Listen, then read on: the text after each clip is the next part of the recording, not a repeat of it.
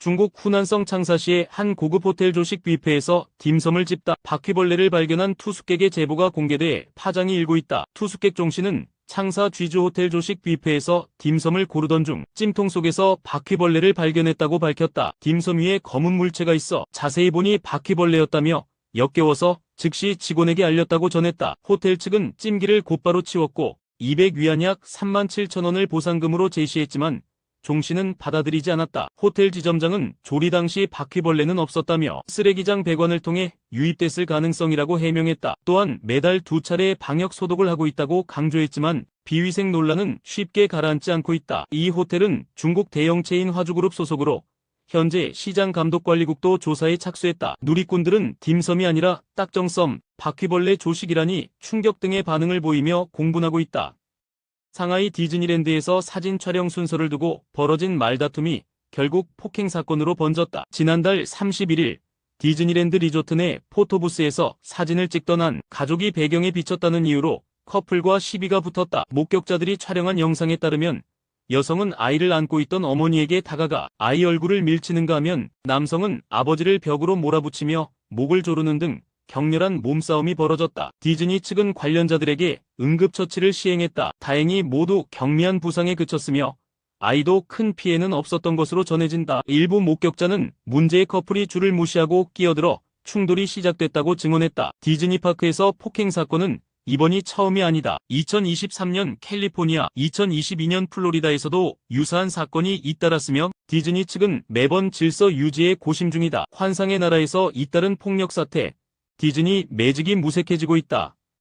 중국 야오닝성의 한 아파트 단지에서 한 노인이 직접 만든 엘리베이터를 타고 5층까지 오르는 영상이 온라인에 퍼지며 큰 화제를 모았다. 고령의 남성이 자신이 만든 승강기에 올라 단지 외벽을 따라 이동하는 모습이 담겼다. 이 엘리베이터는 가정용 드릴로 금속을 가공해 제작됐으며 아파트 5층 자택과 가로등 기둥을 연결해 설치됐다. 조작 버튼도 갖춘 정교한 구조였고 노인은 2020년 건물용 케이블 엘리베이터로 정식 특허까지 받은 상태였다. 노인은 나이가 많아 계단 오르내림이 힘들어지자 130만원가량을 들여 엘리베이터를 직접 만들었다고 밝혔다. 주민들 사이에선 기술자 할아버지로 불리며 호응을 얻기도 했다. 하지만 영상이 온라인에 퍼지면서 안전 문제가 심각하다는 우려가 확산됐고 당국은 현장 점검 끝에 결국 지난 3일 엘리베이터를 철거했다. 중국 정부는 해당 장비가 특수장비 안전법상 관리 대상은 아니지만 민원이 제기된 이상 주민 안전을 위해 철거가 불가피했다고 밝혔다. 푸틴 러시아 대통령의 숨겨진 딸로 알려진 엘리자베타 크리보노기흐 22가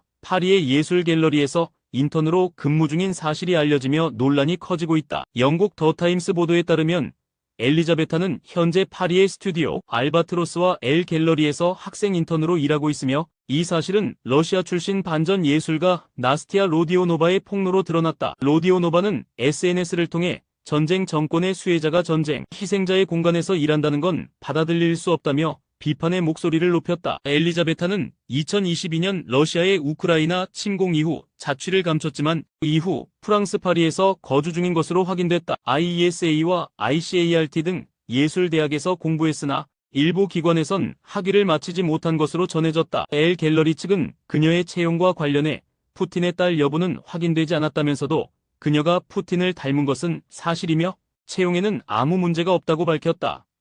미얀마 당국이 퇴역장성 피살 사건을 수사하던 중 6살 소녀까지 체포한 사실이 알려지며 국제적인 논란이 커지고 있다. 경찰은 지난달 22일 발생한 초툰 아웅 전준장 피살 사건과 관련해 4개 지역에서 총 16명을 체포했다. 이들 중엔 남성 13명, 여성 3명뿐 아니라 총격 용의자 묘코, 코의 아내와 6살 딸도 포함돼 충격을 안겼다. 미얀마 경찰은 이 소녀가 어떤 혐의를 받는지는 구체적으로 밝히지 않았지만 미성년자를 사건 연루자 명단에 포함시킨 것 자체가 국제사회에서 인권 침해 우려를 불러일으키고 있다. 전 캄보디아 주재 대사이자 국방대학 교수였던 아웅은 지난달 22일 양곤 자택 앞에서 괴한의 총에 맞아 숨졌다. 이후 골든 밸리 워리어스라는 반군 조직이 잔악행위, 공모자인 아웅을 처단했다고 주장하고 나섰다. 아웅은 미얀마 국방대학에서 대테러 국내 안보 강의를 담당해왔으며 군부 내에서는 영향력 있는 인물로 알려져 있었다.